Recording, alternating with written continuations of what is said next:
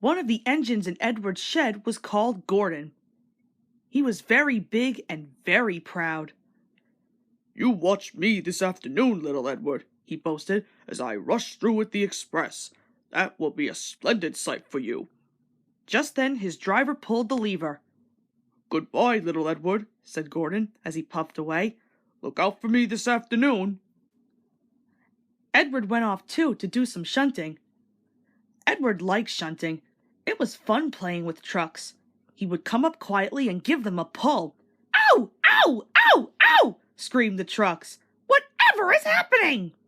Then he would stop and the silly trucks would go bump into each other. "Ow! Ow! Ow! Ow!" they cried again. Edward pushed them until they were running nicely, and when they weren't expecting it, he would stop. One of them would be sure to run onto another line. Edward played till there were no more trucks. Then he stopped to rest. Presently, he heard a whistle. Gordon came puffing along very slowly and very crossly. Instead of nice shining coaches, he was pulling a lot of very dirty coal trucks. "A goods train, a goods train, a goods train," he grumbled. "The shame of it, the shame of it. Oh, the shame of it." He went slowly through, with the trucks clattering and banging behind him. Edward laughed and went to find some more trucks. Soon afterwards, a porter came and spoke to his driver. "Gordon can't get up the hill. Will you take Edward and push him, please?" They found Gordon halfway up the hill and very cross. His driver and fireman were talking to him severely. "You are not trying," they told him. "I can't do it," said Gordon. "Those noisy trucks hold an engine back so. If they were coaches now, clean, sensible things that come quietly, that would be different."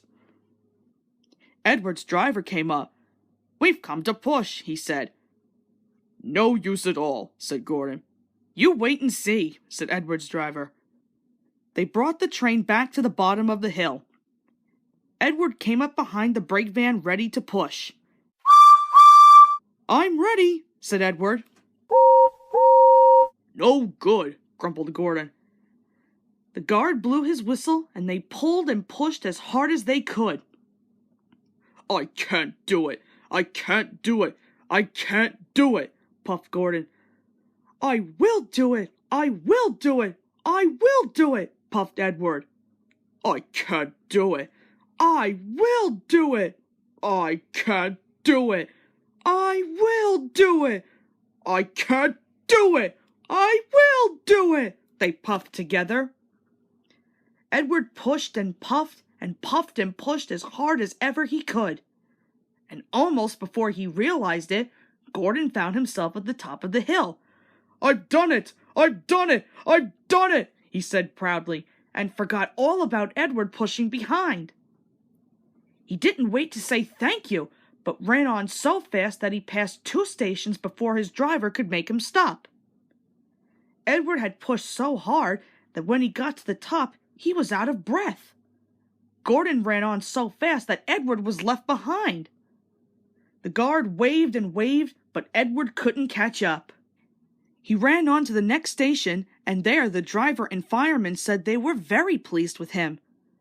The fireman gave him a nice long drink of water, and the driver said, "I'll get out my paint tomorrow and give you a beautiful new coat of blue with red stripes.